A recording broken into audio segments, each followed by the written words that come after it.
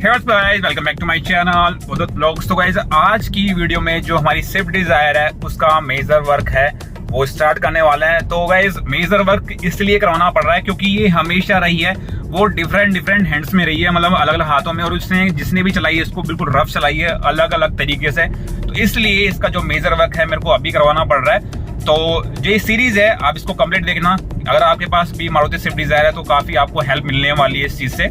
तो इसके अंदर सबसे पहले जो सस्पेंशन का काम है वो करवाने वाला हूँ, क्योंकि जो सस्पेंशन के अंदर से आगे से कुछ इरिटेटिंग नॉइज है वो आ रही। तो सस्पेंशन के अंदर काफी सारे पार्ट्स आते हैं, जैसे कि जो स्प्रिंग्स आती हैं, शॉक एब्जॉर्बर आता है, और कई सारे जो रबड़ के पार्ट्स आते हैं, कई बॉल जॉइंट आते हैं, कई पैकिंग आती है, आर्म आती है, लिंक रोड आती है। तो ऐसे में कई सारे पार्ट्स होते हैं सस्पेंशन के अंदर, दिक्कत आ सकती है। तो ऐसे में इरिटेटिंग नॉइज गड़गड़ टाइप की ऐसे है नॉइज आ रही है आगे से जब भी किसी रफ सरफेस पे जाती है। तो इसलिए इसके जो सस्पेंशन है उसका काम होगा। सेकंड चीज इसकी सर्विस होगी, एंड जो भी इसका डेंटिंग पेंटिंग का काम है वो होगा। तो कहीं ना कहीं आपको भी आइडिया मिल जाएगा अगर आप स्विफ्ट डिजायर ओन करते हो तो कि किस तरीके से वर्क है होता है, कितना जो है चार्ज लगता है किस किस पार्ट्स के अंदर, और बाकी जो भी ये है छोटे मोटे पार्ट्स हैं बाकी वो डलेंगे तो मैं आपको दिखा दूंगा।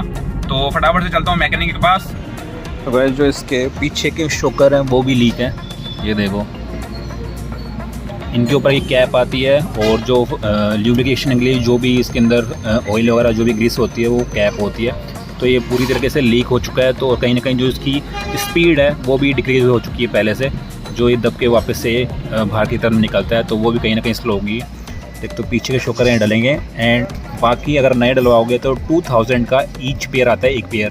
तो नए पेयर बेस्ट रहते हैं क्योंकि उनकी कोई वारंटी नहीं रहती, इसलिए नए डलवाएं, नए मैं सजेस्ट करूँगा। गाइस, जो फ्रंट में जो सस्पेंशन के पार्ट्स आते हैं वो काफ़ी ज़्यादा पार्ट्स आते हैं, जैसे कि लिंक रोड हो गई, आर्म हो गए। तो ये सारे सस्पेंशन का काम है वो होता है, जैसे कि ये लिंक रोड हो गई यहाँ पे अभी जैसे अभी खुली पड़ी है, और ये आर्म हो गए।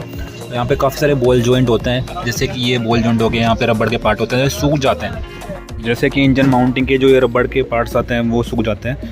तो कहीं ना कहीं ये जो नॉइज़ है वो क्रिएट करते हैं।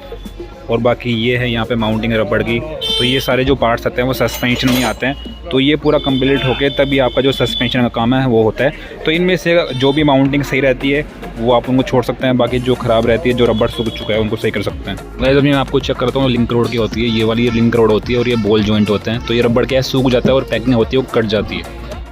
एंड गाइस, अगर बैक साइड के जो शॉकर आते हैं अगर आप नए डलवाना चाहें तो नए भी डला सकते हैं। जो नया एक पेयर आता है वो 2000 का आता है। बाकी जैसे अगर आप उनको रिपेयर करवाना चाहते हैं, आपको दोनों जो पेयर है वो कंप्लीट हो जाते हैं। तो मैं अभी इनको रिपेयर करवा रहा हूँ क्योंकि इनकी वारंटी भी अच्छी खासी होती है, और कोई दिक्कत है नहीं करते, आराम से नए की तरह बिल्कुल ये रिपेयर हो जाते हैं। तो इसलिए मैं रिपेयर करवा रहा हूँ। बैक साइड के जो शॉकर है वो रिपेयर करा रहा हूँ। बाकी आगे जो शॉकर हैं, जो सस्पेंशन के पार्ट्स हैं, जो भी माउंटिंग कटी हुई है वो सारा मैं डलवा रहा हूँ।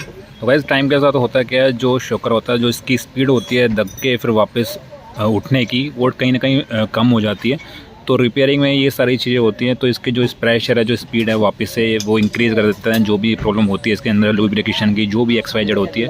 देखो गाइस, जो बॉल जॉइंट होते हैं, रबड़ के जॉइंट होते हैं, वो ये होते हैं पैकिंग, जो ये रबड़ सूख चुका होता है।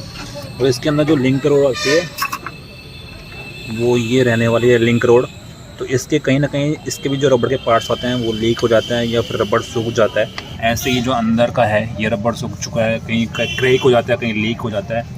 यहाँ पे जो ये रबड़ के हैं ये होते हैं बॉल जॉइंट। तो ये सारी चीज़ें मिलके ये जो आगे का फ्रंट सस्पेंशन है वो कंप्लीट होता है। एंड गाइस, इस कार को 12 ईयर है, कंप्लीट हो चुका है। तो कहीं ना कहीं आपकी कार धूप के अंदर खड़ी रहती है, तो इस वजह से भी जो आपके सारे जो रबड़ के पार्ट्स हैं वो सूख जाते हैं, और कहीं ना कहीं नॉइज़ करने लग जाता है। तो इसलिए आपके कार का जो टाइम पीरियड है वो हो चुका है 10 साल से ऊपर। तो भी आपको है सस्पेंशन का काम है वो करवा लेना चाहिए। बाकी अदरवाइज़ अगर आपकी कार 80,000 या 19,000 किलोमीटर चल चुकी है तो भी आपको करवा लेना चाहिए।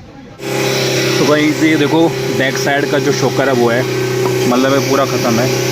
यहाँ पे कवर आता है, और यहाँ पे ग्रीस व्रीस सब कुछ भरी रहती है जो कि लीक हो चुकी है। और कहीं ना कहीं जो इसका प्रेशर देखो, अब मैं इसको दबा रहा हूँ, इसको जबकि वापस से ऊपर की तरफ आना चाहिए, और ये जाम हो गया देखो।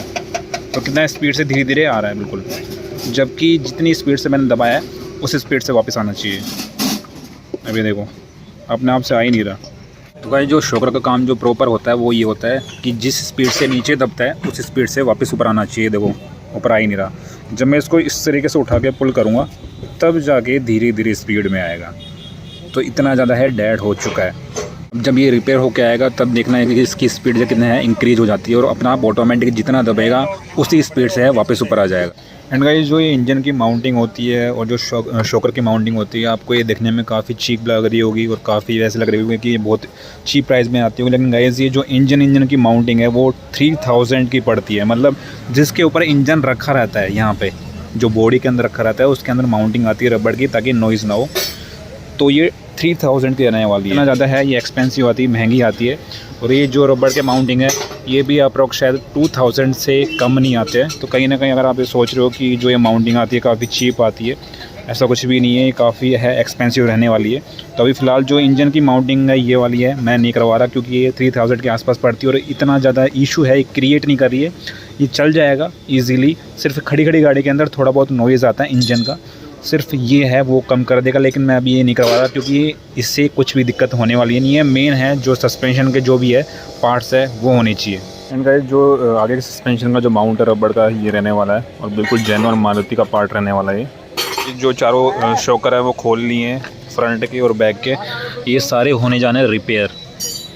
जो नए माउंट के रबड़ होते हैं वो उस टाइप के होते हैं। ये देखो ये रबड़ का पार्ट है पूरा जो कि यहाँ पे होता है। मतलब ये देख रहे हो यहाँ पे जो ये देखो बिल्कुल छोटे, इनका साइज़ देखो, इनका साइज़ देखो, ये पूरा रबड़ है बैठ चुका है। ये देखो इसका फिर भी ठीक है थोड़ा बहुत, बाकी इसका पूरा घिस भी गया है और बैठ भी गया है।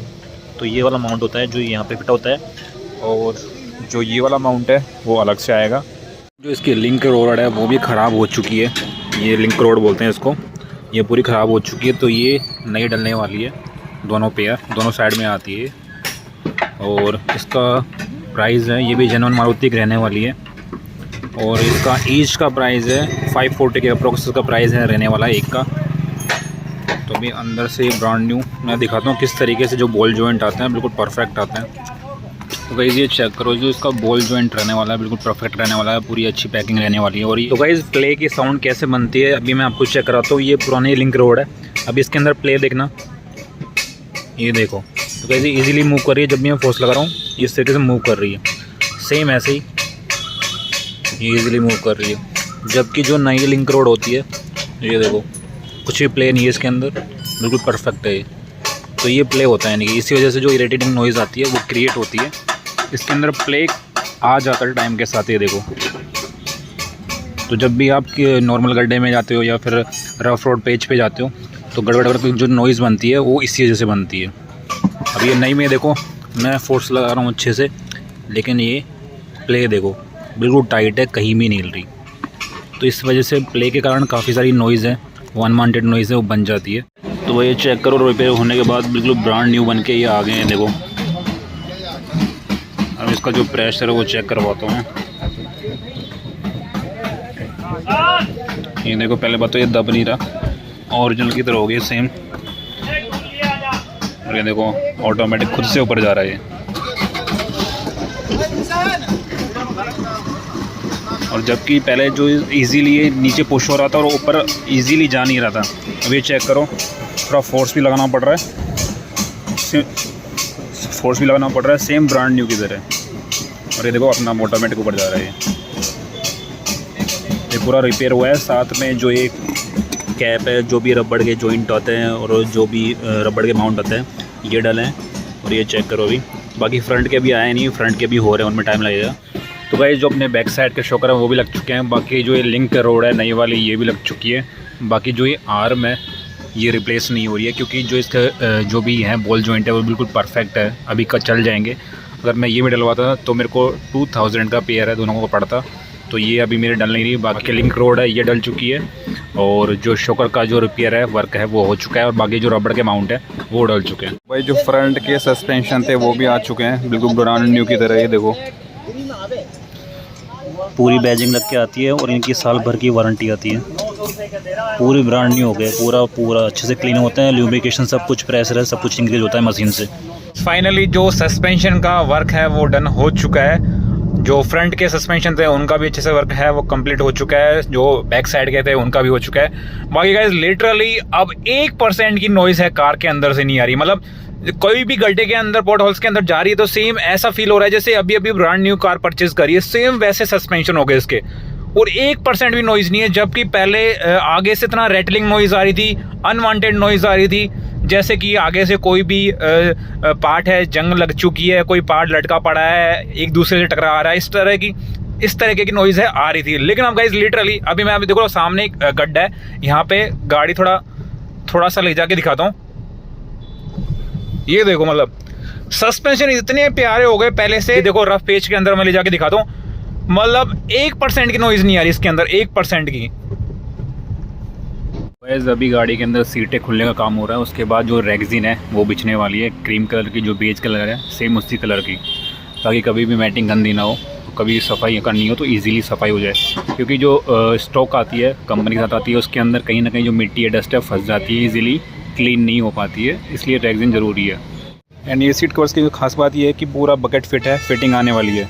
तो गाइस रेगजिन के साथ सीट कवर भी डलवा रहा हूँ, क्योंकि रेगजिन के टाइम में सीटें खुल रही हैं तो अच्छा है कि सीट कवर भी डलवा लूँ। बाकी सीट कवर की क्वालिटी काफ़ी अच्छी रहने वाली है, तो ईज़िली ये 5-6-7 साल आराम से चल जाएगा और कोई भी रिंकल नहीं आएंगे, बिल्कुल परफेक्ट रहने वाला है ये। तो भाई रेगजिन है वो अपनी कंप्लीट भिज चुकी है, ये देखो। अब इसके ऊपर क्या है, कभी भी मतलब डस्ट फंस जाती है तो गीला कपड़ा लेके अच्छे से क्लीन कर सकते हो, कोई डस्ट नहीं फंसेगी। तो ये अच्छी चीज़ रहती है रेगजिन। बाकी सीट कवर भी अपने हैं चढ़ रहे हैं। तो गाइज ये देखो, मतलब सीटों की फिटिंग देखो, एक चेक करो, मतलब ऐसा लग ही नहीं रहा कि ये रेडीमेड सीट कवर है। सेम ऐसा लग रहा है कि जैसे बिल्कुल प्रॉपर फिटिंग के अकॉर्डिंग ही सिलाया गया कवर है, और बिल्कुल जेन्युइन लेदर की तरह शो हो रहा है। सीट कवर्स की 1 साल की गारंटी है, पूरा कुछ भी स्क्रैच वगैरह निकल जाए या फिर कोई भी रिंकल्स पड़ जाए तो सब चीज़ की। Literally guys in seat covers की जो क्वालिटी है ना, A1 क्वालिटी है। और इनके अंदर जो ये बर्फी डिज़ाइन बना हुआ है यहाँ पे, और पूरा यहाँ पे स्ट्रेचिंग वगैरह बिल्कुल प्रॉपर तरीके से, मतलब लग नहीं रहा किसी एंगल से कि ये रेडीमेड सीट कवर्स हैं। एंड ये जो सीट कवर्स हैं मेरे को 3800 के अप्रॉक्स पड़े हैं। तो गाइज आज हमारी कार में होने वाला है डेंटिंग पेंटिंग का वर्क, और जो कि काफ़ी मेजर रहने वाला है। तो अभी बाहर से आपको मैं एक लुक चेक करा देता हूँ कि डेंटिंग पेंटिंग से पहले कार कैसी लग रही है और कहाँ से स्क्रैच है और किस तरीके से डेंटिंग पेंटिंग के बाद है लगने वाली है। बाहर से अभी मैं आपको लुक चेक करा देता हूँ कि कितना जो डेंटिंग पेंटिंग का काम है आपको कितने अमाउंट में आप करवा सकते हो। क्योंकि बाहर काफ़ी बार क्या होता है नहीं कि मतलब जब भी आप डेंटिंग पेंटिंग के लिए जाते हो तो थोड़े से डेंट के लिए मतलब 2000-3000 ऐसे आपसे चार्ज कर लेते हैं। जबकि अगर आप एक साथ पूरी गाड़ी का डेंटिंग पेंटिंग का या स्क्रैच का काम करवाते हो तो कितने के आसपास है आपको मैक्स टू मैक्स बैठने वाला है। तो मैं आपको चेक करा देता हूँ। बाकी मैं डेंटिंग पेंटिंग का काम है अभी दिखा चुका हूँ, जो भी मेरा मैकेनिक है, तो जेन्युइन ही प्राइस बताता है, ऐसे ही नहीं। मैंने एक दूसरी जगह भी दिखाया था, वहाँ पे मतलब 2-3 जगह मैंने ट्राई किया था, तो वहाँ पे मेरे को जो अमाउंट लगा जो भी डेंटिंग पेंटिंग का है वो काफ़ी ज़्यादा लगा, काफ़ी एक्सपेंसिव लगा। जैसे कि एक ने मेरे से चार्ज किए 15,000, एक ने किए 12,000, एक ने 10,000, लास्ट में जाके एक बंदे ने, जिससे मैं करवाता रहता हूँ, 7,000 है लास्ट फाइनल किए। जो डेंटिंग पेंटिंग है जो अंदर इंक्लूड है, ये जो छोटे मोटे स्क्रैच है ये इंक्लूड है, और पूरा बम्पर देखो यहाँ से पेंट हटा पड़ा है, ये चेक करो, ये पूरा पेंट गया हुआ है, ये पूरा पेंट गया हुआ है, ये पूरा मतलब पूरा बम्पर रीपेंट होगा पूरा। और ये बोनट है यहाँ पर लगा हुआ है, यहाँ पे डेंट पड़ा हुआ है इसके अंदर, तो कहीं ना कहीं ये इजीली ओपन नहीं होता, तो कहीं ना कहीं इसकी भी सेटिंग थोड़ा करना पड़ेगा क्योंकि इजीली ये ओपन नहीं होता। एंड जो को ड्राइवर साइड है, को ड्राइवर साइड से पूरी ये टचिंग हुई पड़ी है। एंड गाइस ये चेक करो, यहाँ पे मतलब इसके पूरे जो बम्पर के नक्के टूटे पड़े हैं और यहाँ पे पेच ठुके पड़े हैं, जो कि काफ़ी वाहिया लगते हैं देखने में। चेक करो, ये थोड़ा मेजर डेंट है। और ऐसे ही यहाँ पे अपन जाते हैं तो यहाँ नीचे की तरफ गेट के पास ये डेंट पड़ा हुआ है, यहाँ पे नीचे की तरफ भी है, और यहाँ पे भी छोटे मोटे स्क्रैच, इन पे तो रीपेंट हो जाएगा, डेंट निकलवाने का कोई सेंस नहीं निकलता। बाकी जो मेजर है, एक ये वाला डेंट रहने वाला है, एक ये वाला रहने वाला है, और यहाँ पे डोर के साइड में, हैंडल के साइड में रहने वाला है। एंड पीछे की तरफ जो बम्पर है ये भी रीपेंट होगा। और यहाँ पे इस तरीके से पूरे बम्पर पे पेच लगा रखे हैं, क्योंकि सभी क्या लोग क्या जुगाड़ करते हैं, मिस्त्री लोग क्या जुगाड़ करते हैं, जो नक्के टूटने के बाद सीधा पेच ठोक देते हैं, जो कि काफ़ी गलत रहने वाला है। तो कहीं ना कहीं इनके जो नक्के हैं वो प्लास्टिक वेल्डिंग होगी, उसके बाद ये वापस से जो नक्के बन जाएंगे। ऐसे ही यहाँ पे पूरा पीछे स्क्रैच हुआ पड़ा है। और साथ के साथ इसकी जो डिग्गी है वो भी डेंट हुई पड़ी है। ये देखो यहाँ पे एक बार काफ़ी तेज़ लग गई थी, तो जो डेंटर है उसने अच्छे से काम नहीं किया। ये पूरा जो पेंट है फेड हो गया, इधर से ही फेड हो गया, और प्रॉपर तरीके से जो डेंट है वो निकल नहीं पाया। और डिग्गी आराम से बंद नहीं होती है, मतलब बहुत तेज़ है, इसको बंद करना पड़ता है। तो इसका भी काम करवाना पड़ेगा, उसके बाद इसकी डेंटिंग पेंटिंग होगी। और ये बम्पर है पीछे थोड़ा बहुत टचिंग है, बाकी पूरा रीपेंट नहीं होगा, लेकिन आगे वाला बम्पर है वो पूरा रीपेंट होगा। इसमें यहाँ सिर्फ छोटा मोटा जो भी डेंटिंग पेंटिंग काम होगा, और जो डिग्गी है ठीक से बंद नहीं होती वो काम हो जाएगा। उसके बाद चले तो यहाँ पे सेम ऐसे यहाँ पे पेच ठुके पड़े हैं, तो यहाँ पे भी स्क्रैच हुए पड़े हैं, तो यहाँ पे भी पूरा पोर्शन पेंट होगा। और इसके प्लास्टिक जो बेल्डिंग है वो होके इसके नक्के बन जाएंगे, और ये जो पेच है निकल जाएगा। और यहाँ पे नीचे की तरफ देखो तो यहाँ पे स्क्रैच हुआ पड़ा है, और यहाँ पे जो ड्राइवर साइड में कुछ सीट के नीचे हुआ पड़ा है, तो ये सही होगा। और ये छोटा मोटा ये सिर्फ ये है, उसने मेरे को 7000 का है पूरा बताया था, क्योंकि ये जो पूरा बम्पर आएगा ये पूरा रीपेंट होगा। ऐसे ही जो पेंटर होता है वो ऐसे नहीं है कि यहाँ पे आपकी गाड़ी लगी पड़ी है तो सिर्फ इस पोर्शन में पेंट करेगा, ऐसे नहीं करेगा। वो मैच करवाने के क्या करते हैं, जैसे यहाँ पे गाड़ी लगी पड़ी है तो वो यहाँ इस पोर्शन में पेंट नहीं करेंगे, वो कम से कम इतना पोर्शन लेंगे, तभी जाके जो गाड़ी का जो पेंट है वो मैच होगा। और गाड़ी का जो पेंट है बिल्कुल ऐसे लगेगा कि जैसे बाहर से कुछ भी पेंट नहीं करवा रखा, ओरिजिनल पेंट है, तभी जाके जो है उसके अंदर मर्ज होगा। बाकी अदरवाइज़ अगर आप छोटा सा यहाँ पे करते हो तो पेंट की फिनिशिंग नहीं दिखती। तभी डलने वाले हैं हमारी गाड़ी के अंदर जो ओवरवी में, उसके जो टर्न इंडिकेटर आते हैं वो डलने वाले हैं, क्योंकि ये साइड में से काफ़ी बार लग चुकी है। तो ऐसे में जो ये लाइटिंग होती है जो ब्लिंक करती है जिस साइड में टर्न करते हो, तो ये ख़राब हो चुके हैं दोनों साइड के। बढ़िया लग रहा है दिखने में। गाइस फाइनली जो हमारी डिज़ायर थी उसका जो कंप्लीट वर्क है वो कंप्लीट हो चुका है। जो भी मेजर वर्क था, डेंटिंग पेंटिंग का, सस्पेंशन का, जो भी XYZ था वो कंप्लीट हो चुका है। अभी सामने का फ्रंट लुक चेक करो, मतलब किसी एंगल से आप जज करके नहीं बता सकते कि ये 12 ईयर ओल्ड कार रहने वाली है। अभी आप चेक करो, और इसकी ड्राइविंग इतनी ज़्यादा अच्छी हो गई है, मतलब इसके अंदर एक बोल्ट का है वो भी जो आवाज़ है, साउंड है, सुनाई नहीं देता। और कोई भी जो इरिटेटिंग नॉइज़ है प्लास्टिक पैनल से वो सुनाई नहीं देती, मतलब इतनी स्मूथ है वो चलने लग गई है। बाकी पूरी जो मेन पेंट हुई है वो पीछे का बम्पर है, डिग्गी पेंट है पूरी। और को ड्राइवर साइड में ये नीचे का जो अंडरलाइनिंग, बॉडी अंडरलाइनिंग है वो रीपेंट हुई है, डेंटिंग पेंटिंग निकला है। जो गेट्स थे, जो गेटों की एजेस थी उनकी डेंटिंग पेंटिंग हुई है और पेंट हुए हैं। और जो पहले की इमेज थी मैं साथ में डाल दूंगा ताकि आप कंपैरिजन कर सकें कि पहले और अब के में कितना डिफरेंस आ चुका है। फॉग लाइट डली है, और जो ORV में उनके ऊपर जो इंडिकेटर है, टर्न इंडिकेटर वो डले हैं।